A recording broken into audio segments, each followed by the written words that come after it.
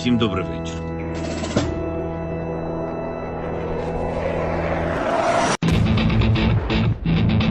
On behalf of the brave. On behalf of every father and every mother. Wings for freedom. On behalf of our warriors. And paves the way for a new. Good evening and welcome to a short stream with Tochnyi, with just me and Daniele. Maybe some others will join later, but we'll see. And the aim for tonight is just to provide a short update on some of the stuff that Daniele has been working on, and also maybe do some analysis of some videos. So welcome, Daniele. Thank you to everyone to joining us. And yes, tonight we are going to go over the mostly updated data on FPV drone, and this research has been expanded, and essentially what I've done is improving the amount of data that we gather from Andrew's database, and also put everything through a Python code that in the future will make all the following of the evolution of the war much easier, because essentially everything is nearly now automated. So my life will become much easier. No Excel spreadsheet anymore. Yeah. So basically, it started. Is it like 6 weeks ago or a month ago when you started? A month ago. Yeah, and you started doing some data analysis of the work that Andrew is doing with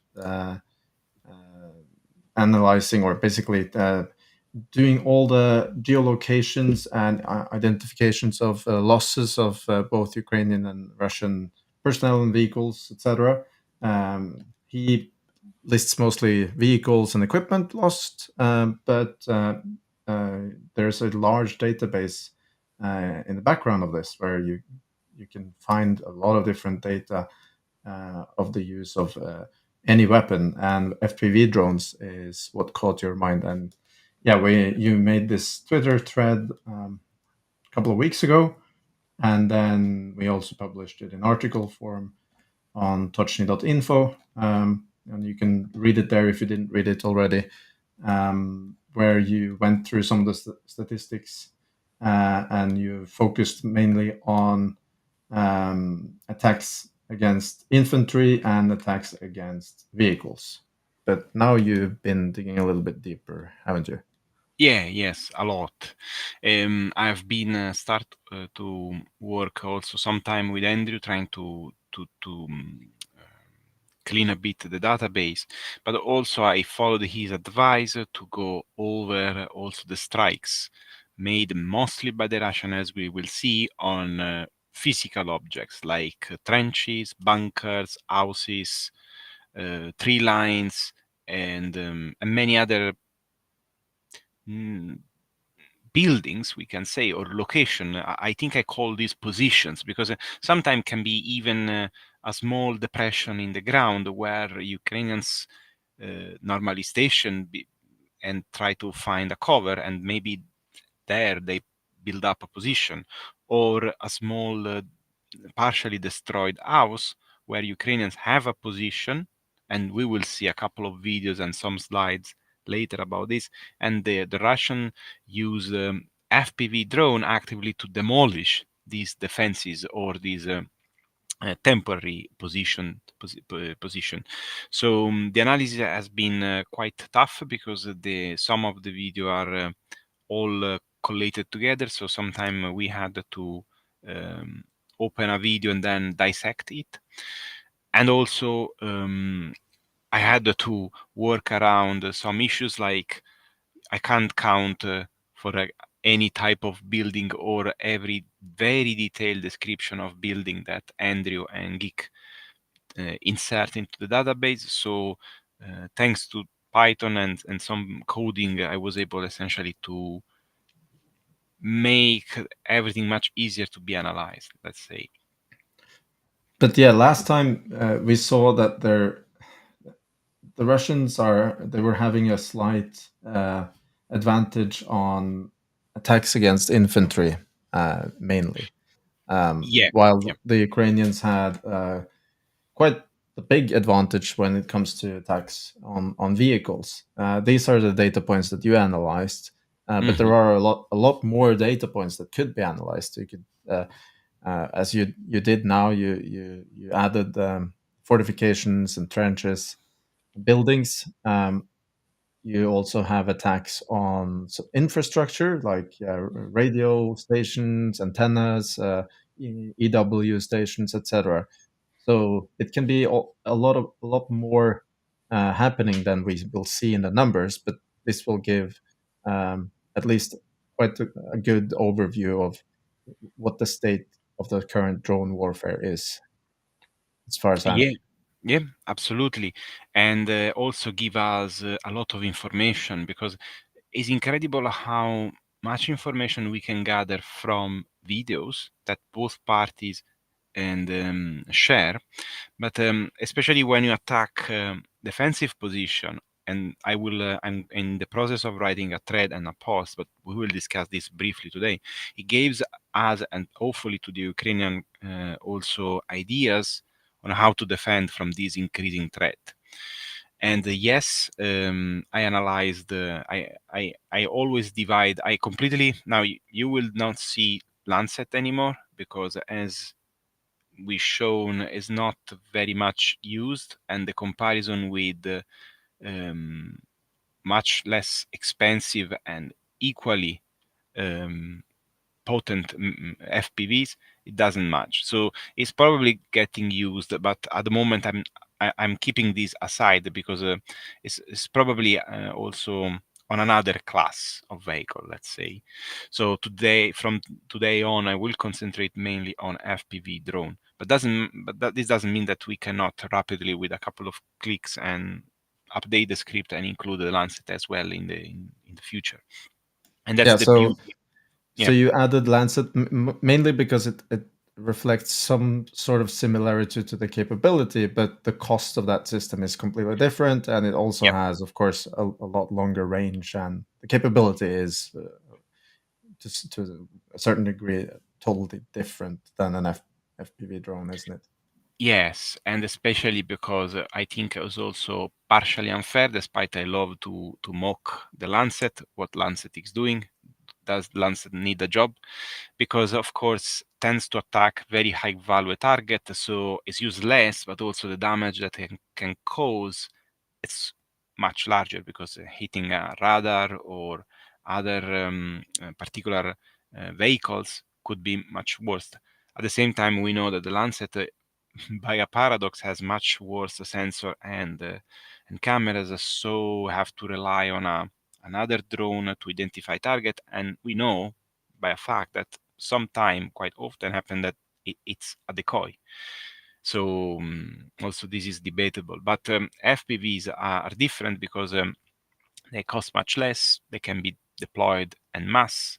So, and in particular, the idea behind this research was to try to understand if there was if it was real that Russia had 6 times the drone that um, Ukraine has built. And this was the main driver. And today, this will continue to be the main driver, but also to try to understand how FPVs are used in this conflict. So that's all, I think, for why we are doing this. Yep. If you would like, you could go ahead and share your screen so that we can Yeah, let me dive into the see. stats. So you're probably going to see a PDF, and let me see. Okay, can you see? Yep. I will try to make it bigger. Yes, it worked. Okay, so in this first, so first of all, as you can see, we have a completely new style respect the Excel one. I'm very proud about that, because it took a while, but it works and is efficient. And now you are looking at the daily based FPV strike on infantry from both sides. So this is more or less the same plot that we observed last time. I've done the thread, but we had more data. Essentially, you can see also my arrow. That's cool. So, can you see my arrow? Yeah. Okay. By the way, Daniele, before we go ahead further, this data has not been published yet, right? You're going to build a I'm thread going and an to art. Yeah. Yes, I'm going to analyze this more deeply. Probably I will wait another week so I can accumulate more data, maybe even the end of the month. And meanwhile, I will start to write the thread, but also this time I will also add more information, and I will post on the website, because the website allow us to have more nicer way to present, so I can add videos and more context for the reader. So the thread will be a very nice abstract, and the post will be containing more information for sure if you want to invest some time in reading it. And now the data essentially that I collected at the time when I published was up to more or less the end of the year, so around the end of 28th of December. And as you can see, this is essentially from the 1st of July, sorry, for the 1st of January to the 15th. I already have the data for the 17th, but I didn't have time to add it. And as you can see, more or less, it followed the same thread. There was the same trend. There was like a moment where Russian were hitting very much a lot. Ukrainian with an FPV drone, we can see nearly a peak of nearly 65 strikes. Now, there is also a very important point here. Sometimes not all these strike goes well, so they publish like 3, 4, 5 strikes on the same group of infantry or vehicle or position, but I count all anyway, so doesn't mean that all these strike went well. Maybe they needed the 5 to really get the target, and the But same is for Ukraine. but that's maybe some dark points as well in the statistics, because sometimes I guess they don't publish all the videos. That's also another Yeah. point. Yes, But not all the video are published, of course, but this is a good way to see the trend. And as you can see, since the beginning, daily, this trend has been increasing, and then there is some overshoot on both sides. So this may be a push on one side or the other. In this case, this was probably a Dimka, and this is, I really don't know. And for this reason, I'm also starting to use the geolocation available, so the coordinate that we have on the database, to create a map in order to have a density of activity by day and by month at least, so we can see effectively where more usage has been occurred on a daily and on a monthly basis. And this, I think, would be very important to understand how drones moves, how this operator moves along the front line. but these numbers are also taken from when the video was published, right? So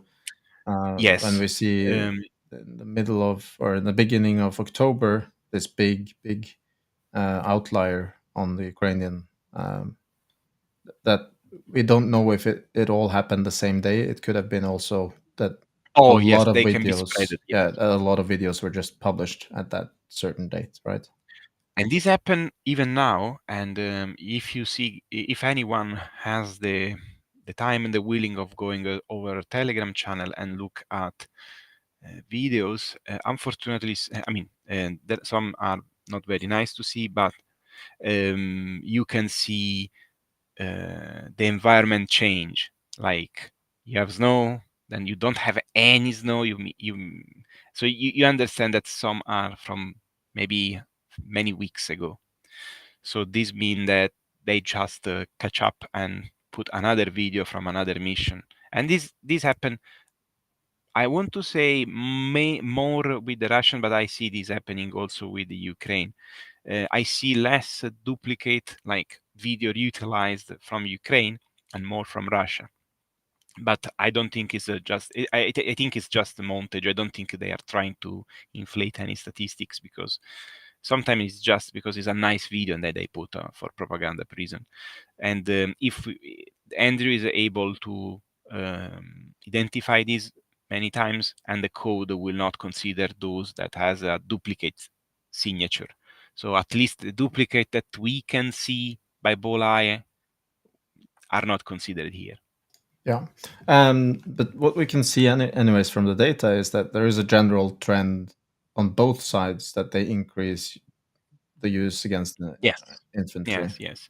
There is an increase, as you can see, and the Russian looks like now are hitting more or less in the same way. I mean, the average is more or less overlap apart this period where they had essentially doing much more. But if we go, oh, this is infantry by month. Oh, just a second, I want to see. Okay, I think this is infantry per month. So this gives us a much better understanding of all the situation. And I prefer these because, of course, eliminate all those outliers so you see everything in a month. So distributing in a month is much easier. And you can see that essentially until December, we had an increase from both sides. And the Russian had increased quite. At the beginning, they were behind, less behind, and then they overtaken. Now we are here, and they are already ahead. And we are just at the 15. So there is still 15 days. And oh boy, this means that this probably can double. I mean, it can become much higher than that. But the same for the Ukrainian. And I think now the trend is that on infantry, Russia has a little advantage. So the data from January will be important because it will tell us if this gap is increasing a lot or if it's not that bad. In terms of total usage against infantry, as you can see, the Russian has 1,511 and the Ukrainian 1,553. So they are very close. And the reason of this level of closeness is because Ukraine at the beginning was much ahead and then now is falling a bit behind. The reason can be different, but on some extent, I think is also because the Ukrainian in some areas is attacking, so is more exposed, but also because Russian are attacking infantry close to the defensive line, which of course is a problem. Yeah, so we assume at least that the reason why the Russian attacks with FPV drones are a little bit more infantry heavy than the Ukrainian is because not necessarily they focus more on infantry. It's a dynamics of that the Russians are a lot more exposed in vehicles at the front line because they have been attacking in Avdiivka, for instance, with a lot of vehicles. They've been attacking in Krinky with a lot of vehicles on Ukrainian positions. So this also should be taken into account. Well, when the Ukrainians have been attacking, they haven't necessarily been pushing with a large number of vehicles at the front line. They've been doing some smaller runs with infantry fighting vehicles and tanks, etc. But they didn't really push these large columns of vehicles like the Russians have. Yeah, totally agree. And this could be one speculation about the fact that essentially they are conducting light infantry tactics, so they are more exposed to this threat, and it's possibly the more reasonable one. But I think, and you will see, I think there are two doctrine which are very different, and they are also dictated by the way on how they are conducting their war. And we will see probably in a few months which one is the best, I think, or at least the more advantageous. I have my opinion, but I will share only at the end of this live. And these are the FP, so the total number on vehicles. So as you can see, even today, we have exactly the opposite situation. So Ukraine is essentially leading on this, but is also decreasing, as you can see. So we had a peak in October, and then it declining, and this probably because it's also declining the counterattacks from the Russian side, and also Russian are learning, of course, so may become less prone to use massive amount of vehicle at the same time. But once again, as you can see, we are just at the half of the month, and we have already 225 FPV drone strike on vehicles against the 73, which is nearly half of the one that we had here.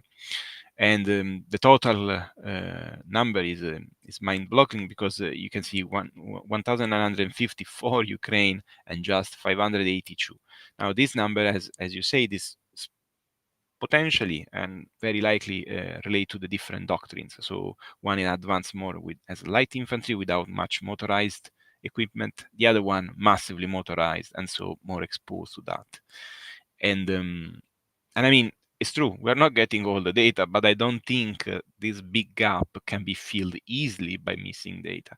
Because if there is missing data on Russian hitting vehicles, there will be missing data from Ukraine hitting Russian vehicle. So I think this is oh, can you see me? Oh, sorry.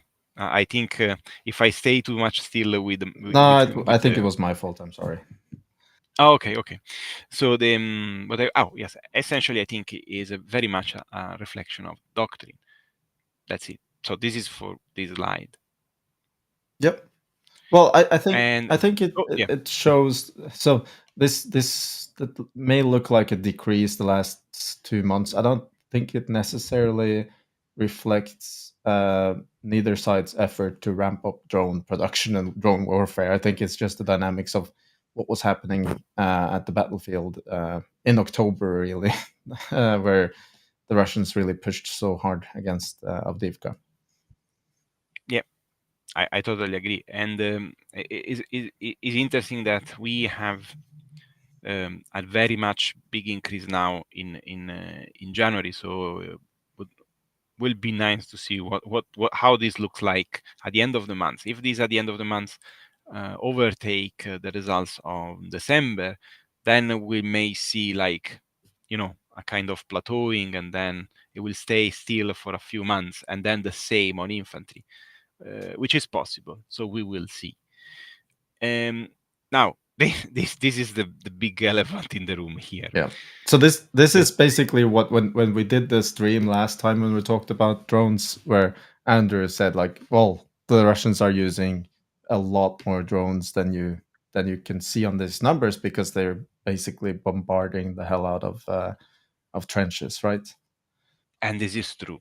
This is bloody true. Now we don't know if all the attack on defensive position are taken, and it is likely that probably not, because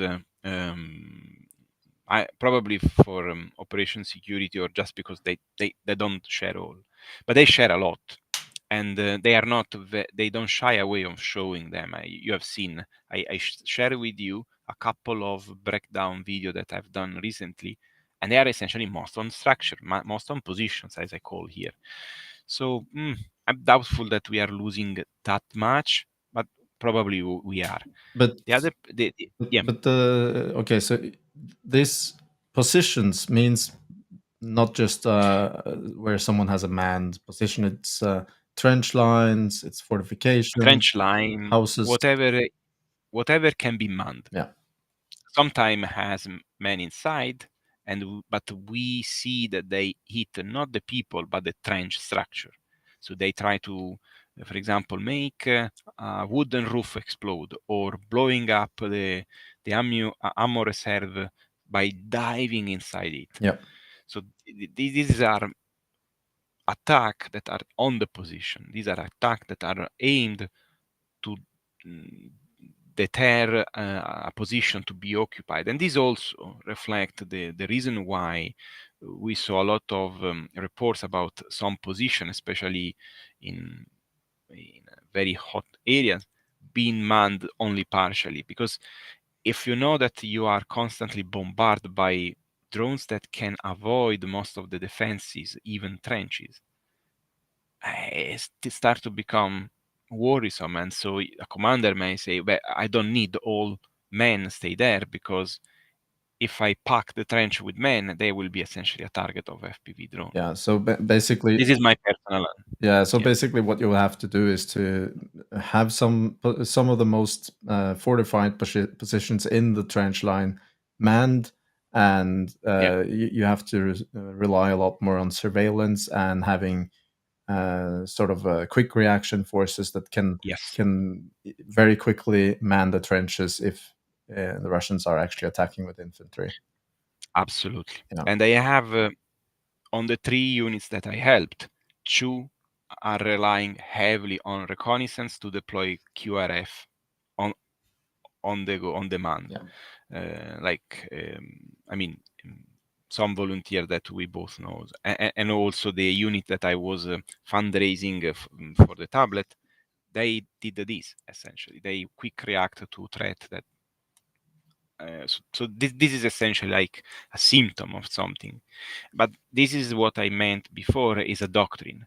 So I think Russians are preferring to strike position and infantry because probably they think this is the weak point of Ukraine, because Ukraine has less men, and so they hit the infantry, but also, which is more exposed, but also try to hamper their capability of finding cover by destroying whatever can house a defending position, even a derelict house or a hole with some stone around it. And instead, on Ukrainian side, I think that is much more valuable to destroy equipment that is very difficult to be replaced, and of course, striking infantry as needed, but giving priority to high value target. And I think personally this is a good strategy, especially in attrition war, where a trench in the end can be replaced. If you lose, unfortunately, a few men in the trench, you can replace them. But if you lose all those vehicles, which most of them are also logistical vehicles, then in the long run could be a problem if you cannot replace. And Ukraine now is facing issues with all these up and down in terms of military aid. Yeah, and I also assume that Ukrainians are hitting Russian positions and trench lines, bunkers, but I don't think Yeah, they prioritize FPVs on them. that's a good point, because this research is mainly on FPVs, but we know that they use a lot dropping grenade. So dropping grenade on trenches is very much used. We saw so many videos about that. So I'm sure that if we start to follow also that, we will start to fill the gaps, and see probably more about the doctrine. But my main idea was to try to trace FPVs to see who is using more and who is probably producing more, who is more advanced, and so on. So this is why this research looking complete. So maybe we will go also over that at some point. Yep. Now let me see what we have. And then the the big final results. Now, so this is essentially the overall sum, the silly man job. So I is just a sum of all the graph of all the total that we presented, and of course this shows a lot of blue, which on one side is good. I mean, is a good indication. However, this is not. It doesn't mean that the game is over and we can call the day, because as we saw from the data, Russia is still capable of matching an infantry. It's not matching vehicles, very likely because the Ukrainians are wisely deciding to use less vehicle and more infantry, but they are well ahead on strikes on static objective like positions, like trenches, and all those construction that we described before. There is a good point which probably will become very, very evident from the video that we are going to show soon, is that Russia tends to hit a lot static object. So stuff that is very easy to strike. Ukrainian not. Ukrainian normally hit with FPV drones, but even with the drop grenade technique, moving target. So these show also a different attitude. They use a lot of the dive bomber, which we were discussing a few moments ago with Andrew. So they are more elegant and more capable pilots. So one thing that is very important by now is continue this training, keep the supply of drone high, and defend your pilot, because pilots with that fought so long has a very high capability that cannot be replaced easily at the moment. So this is something that will also decide the FPV drone conflict, the capability of protecting the pilot and putting them as far as possible from being target. So, of course, this analysis is only on FPV drones, and Yes. there is or there are many elements to drone warfare that isn't taken into account in this study, and we have from the very beginning of the war, drones have been very, very important when it comes to ISTARS or any sort of surveillance and identification process, but also dropping munitions pretty early on. And this, this aspect is always used in combination with FPV drones when we see it. So you have surveillance drones, and sometimes they are able to even drop munitions and then direct strikes with FPV drones as well.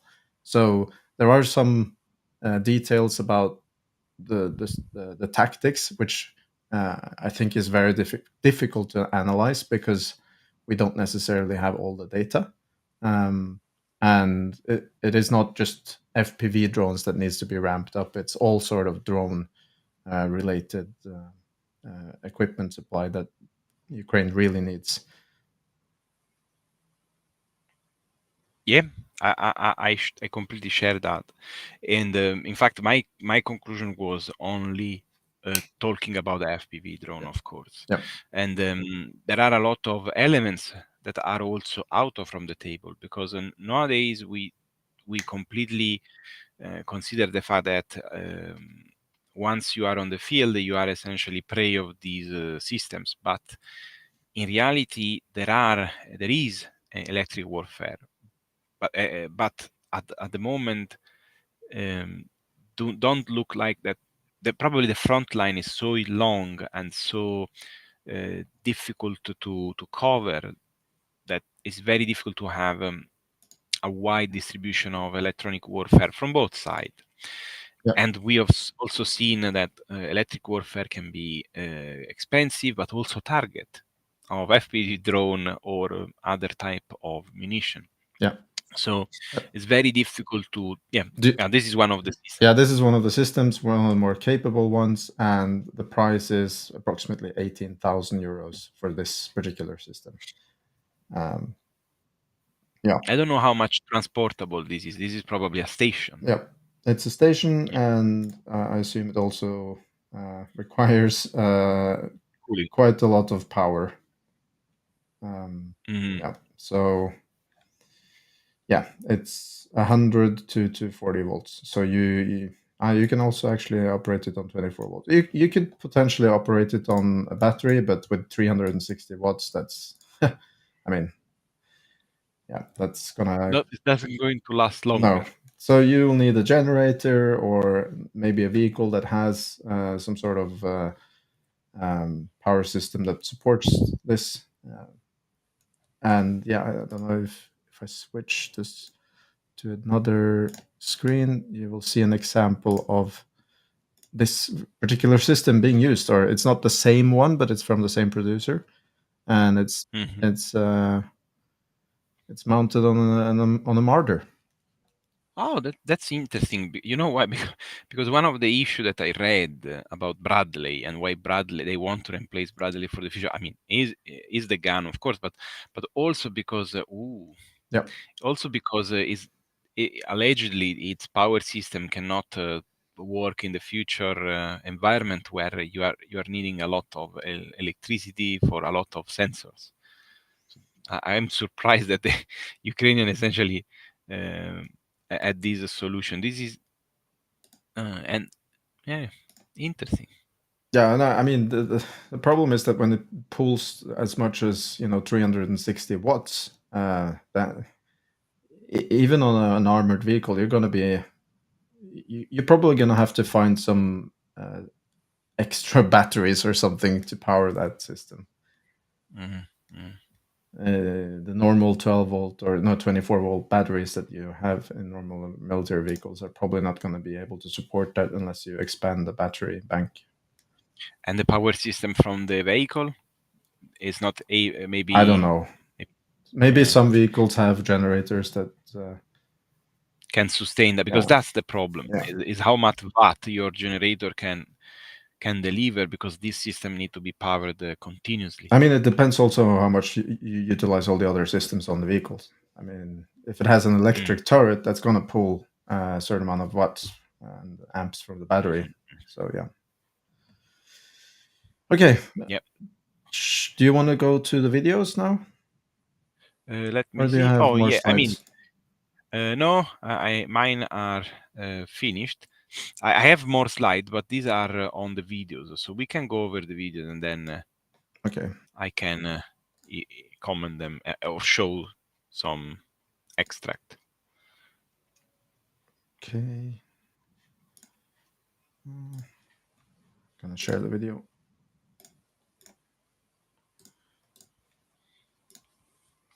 There. Okay. So this is a Russian video. And I think this one shows where what you kind of demonstrated with your statistics, a lot of attacks on positions. So let's go. Yeah. Yeah, this group does a lot of strikes on position. This one is a van. Yeah, there's. Oh, the first one. This is a demonstration of a multiple attack on the same objective. This one essentially has been at this SUV. If you can stop and go back, this SUV has been subjected to 3 strikes. The first one, on the wheel, 2, then 2, and then 3. You can even stop and see essentially that there was no one inside. Probably this was left, and then you can see it now is completely destroyed. Here you see and this is a dugout position of sorts. Dugout position, and this is it. We don't know, and these are all it on trenches, as you can see. Now, this is again, this is other position like houses and another trench line, and this is another house. So you can see how many they do.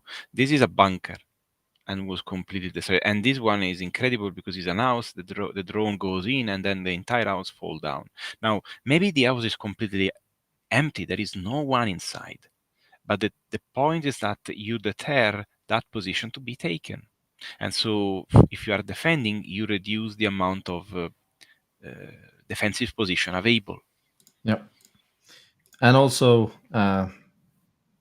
you kind of create this landscape, like we've seen, for instance, in Krinky, where it used to be a lot of houses where they could move from house to house, but they just demolish all the houses so that Ukrainians cannot select any good positions. And whenever, it really changes the tactics that the Ukrainians have to employ to take new areas, and maybe sometimes they even really stops the Ukrainians from being able to advance in these areas at all. It kind of blocks any attacks because you don't want to lose too many infantry on your advance.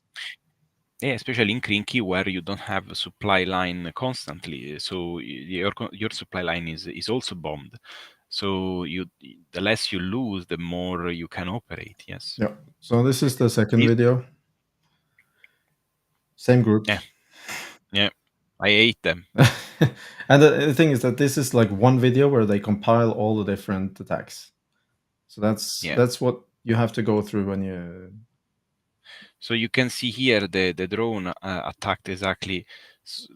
We can play these, and then I will show you some slide that I prepared on these.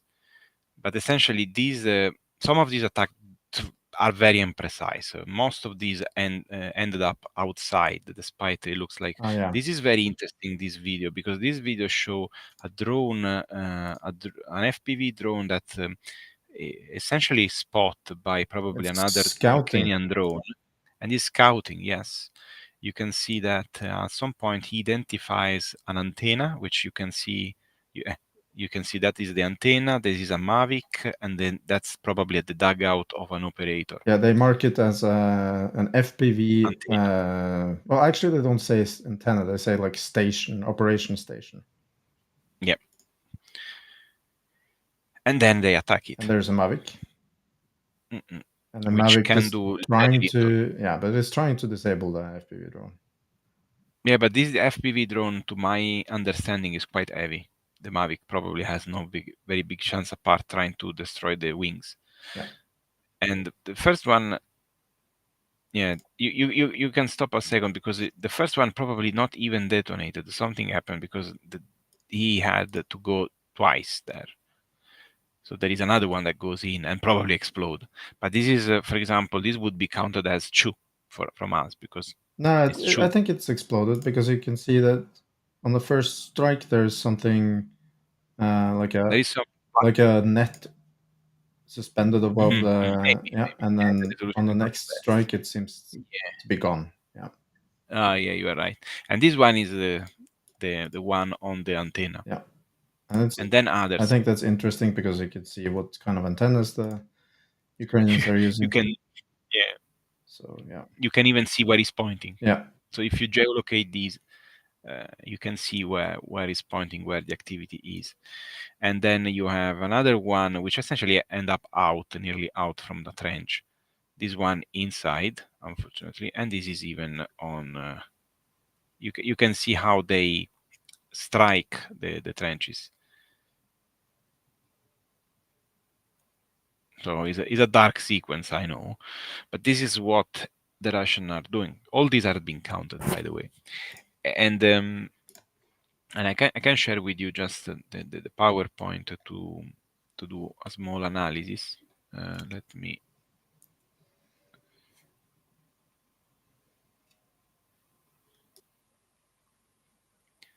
So this was the first one. Okay, we just go fast. As you can see that the drone arrives from this direction, then turns and attack from the side. The second one from the top, and the third one essentially enters inside the car and make it blowing up. So this is these are 3 counts, for example, on vehicles.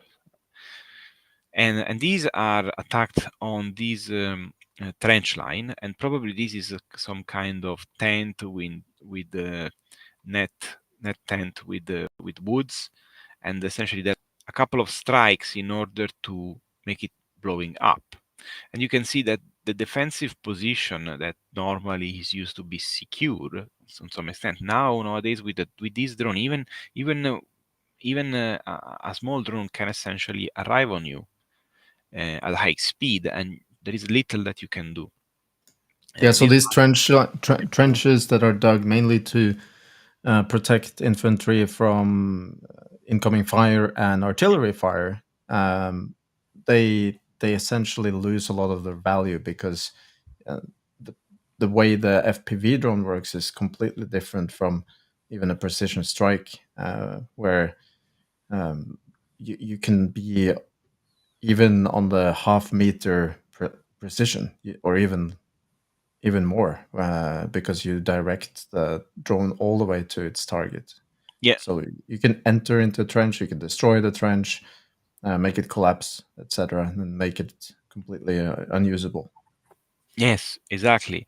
And one of the things that you can see is that if you have entrance like these, which are essentially very easy to dig, but very unsecure, because a drone can essentially dive in directly. This is the same drone, and this position has been destroyed.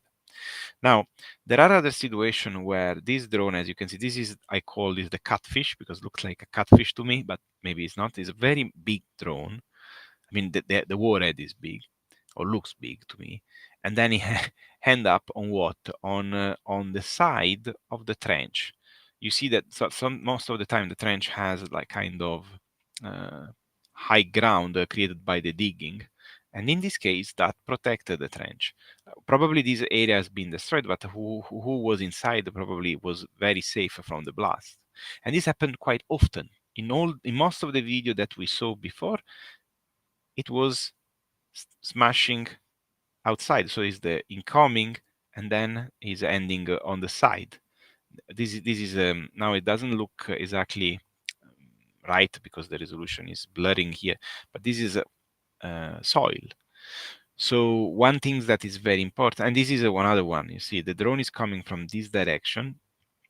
You can see here where it's pointing, and then explode, but likely explode essentially on this side, which is a high ground, which protect the trench. So of course, the drone can still dive inside from the top, but it's a more complex maneuver. And so if you just slide on one side and you have a high ground on both sides of the trench, and the trench is not just a line, you are already making life much more complex to the drone operator. But then we've also seen some footage of really, really professional pilots on both sides, Yes, which are able to basically enter inside the trenches and windows and like everything that you can imagine that people mm, hide. no, absolutely, like the last that you show, where even a solid target has a house made in brick is vulnerable. And this is the strike on the that we saw, so I don't go much more. This is a very nice maneuver of the drone to avoid essentially a tree line and ending up inside the trench, things that we were just discussing a few seconds ago. And this is the dramatic footage of the dissection. So it's going inside in this area. You can see the drone here. Then the explosion happened exactly in the basement or in the lower area on the house, and after there is nothing left apart the They house. basically go for the supporting column of the whole structure of the house. Yeah, I don't know if they were eating a precise column, but I think they said, "Oh, we'll just show an RPG or whatever it is underneath, and they should blow up." But yeah, it made it, unfortunately. Yeah, And as but you this can see, happens a lot, by the yeah, way. a lot, because also the construction of the villages is not like super concrete structure. It's just Yeah, wood. these houses often have a chimney in the center with a supporting column. If that thing collapses, the Everything walls, the outer walls are not able to bear column. Hmm. the second floor and the roof. Yeah, and you can see that these houses looks like on the outskirts of this small village.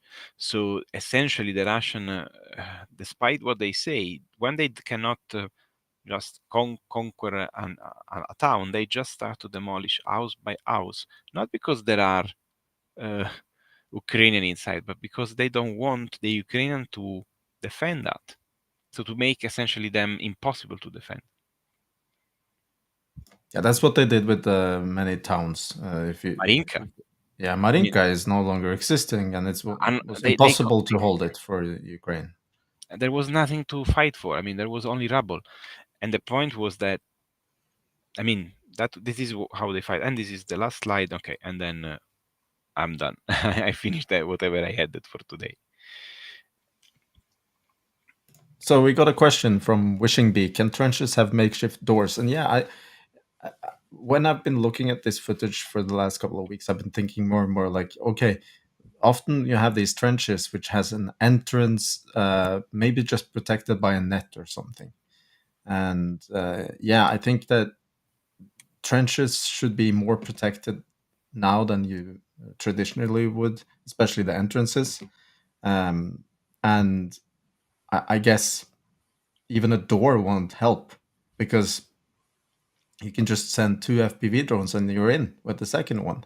Yeah, So what we were discussing a couple of days ago is that you probably have to go uh, to the extent of digging this kind of Roman fortification entrance, where you have a T section of the entrance before you actually have any of the critical parts of the trench exposed, so that if an FPV drone crashes into your entrance, then it's just going to hit another wall and nothing critical inside the trench, which makes the digging of trenches a lot more cumbersome. And yeah, digging a trench is really, really annoying and really tiring work. So it complexes the construction of a trench a lot.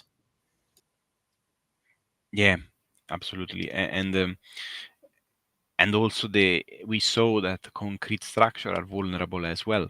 So it doesn't matter what material you use, because they can hit you with 3, 4, 5 drones, and any structure, even very well built, could collapse. So you need first of all to invest as much as possible in hiding, but also you have to invest in electric warfare to deter. And now there is an increasing trend of using other drones to fight other drones, but the FPV are very fast, and so it's very difficult to use other drones to intercept them. Yeah, they're fast and very highly maneuverable, so it's Yeah. really difficult to take another drone and crash it into an FPV drone. Okay, so we're going to show also a Ukrainian video. And then we also see a different trend immediately. This is just a random Ukrainian FPV video. I didn't select this one in particular. But you see they go mostly for other targets. To be honest, I haven't seen a lot of Ukrainian videos at all that goes for positions. Very few. Yeah, this one was a vehicle, essentially, a typical strike. Yeah. And it seems like this one was a successful hit on the first strike. That's not normally the case. They often hit them many times. Mm-hmm. Or is a finishing hit, like it Yes. went on a mine or something else. Yeah, often they take out vehicles that are already stuck in a field for some reason, abandoned.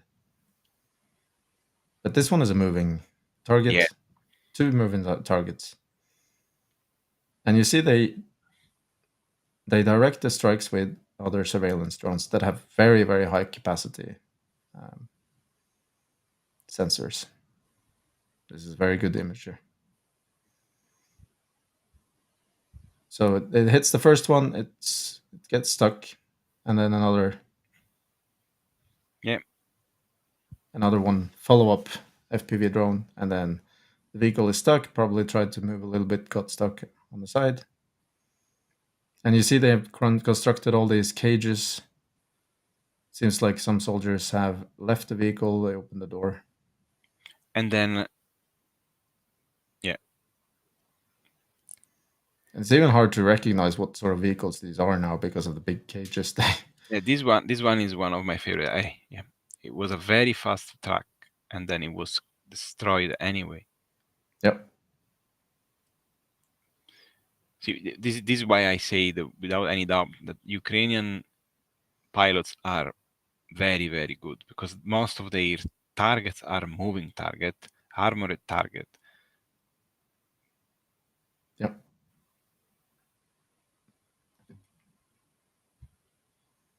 He's running a lot.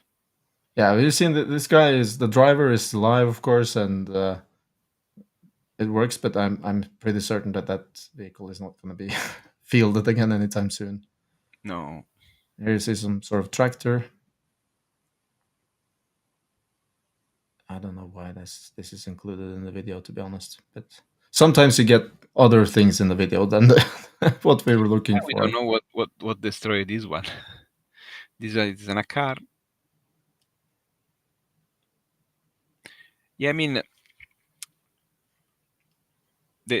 most of these videos are mostly on vehicles. There is a large varieties is vehicles. Yeah. There are many infantry, but are more with the grenade drop. Yeah.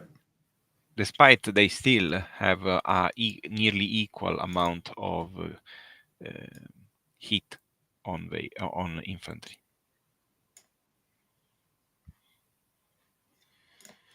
Yeah.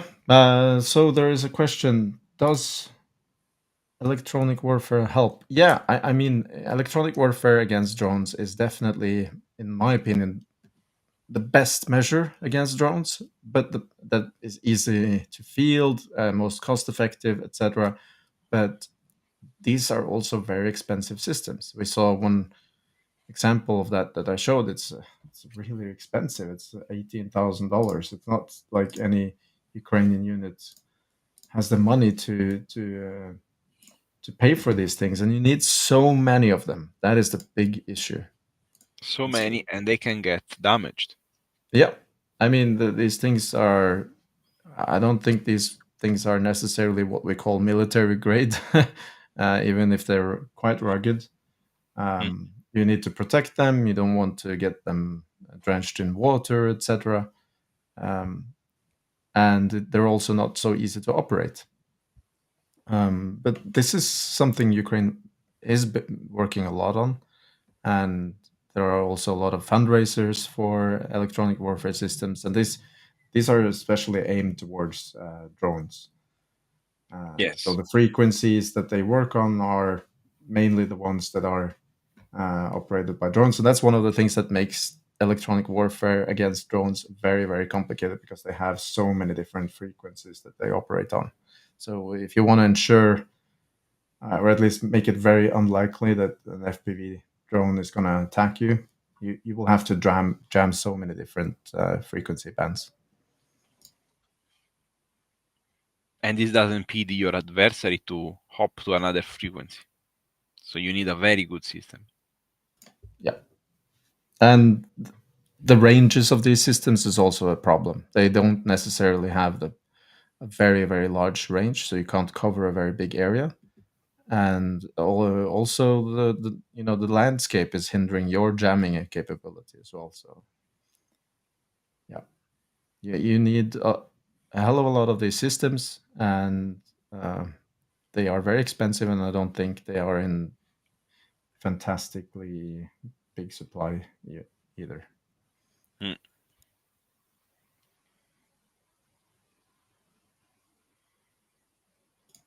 Yeah, I don't know if there are any more questions or anything you want to add to this before we close the stream. No, apart the fact that an area that I will try to cover in the next future, which is very close. I mean, it's something that I'm working on. Is said at the beginning, is trying to understand where these strikes happen more, because we know that the front line has different situation, and by looking at the very first map, let me see if I can show to you just a sneak peek. I'm not sure if is updated, but let's see. Give me 1 second. I'm oh Yeah, so I saw some comments that yeah, some jammers are definitely cheaper. So I'm going to show this. So yeah, some jammers are definitely cheaper. I'm just showing an example of how expensive they can be. It generally depends on the range, so the output wattage of the transmitter, and also how many different frequencies they can cover. So this is not like a universal price for a jammer. It's just one example that I found. and it's not one of the most expensive.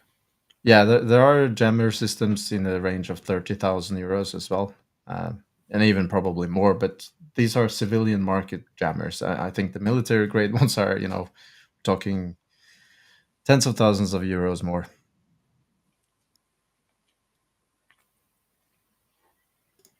Now let me share the screen.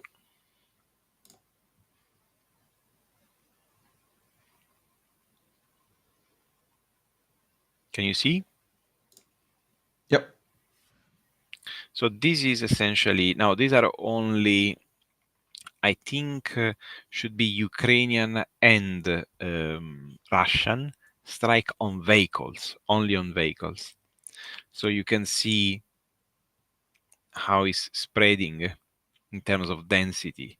And as you can see, there are areas much more affected by these, and it's not a surprise.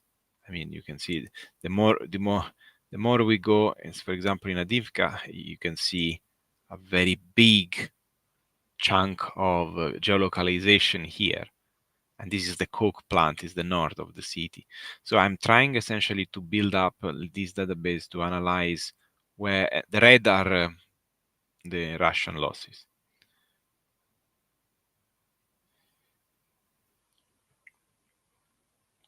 So you can see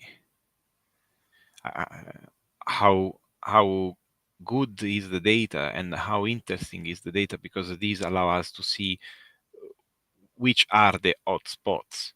Of course, these are all the attacks since I think the end of the data, the start of the database.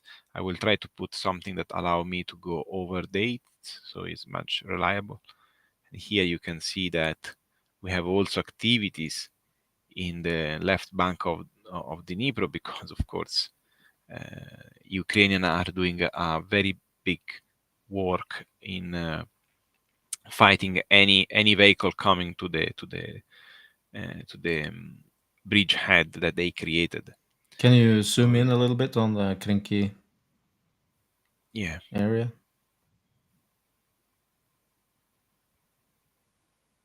Yeah. And you see if you've seen all the numbers of these Russian vehicles being taken out, a lot of those have been FPV drones taking out vehicles on the left bank around Krinky lately. Yeah.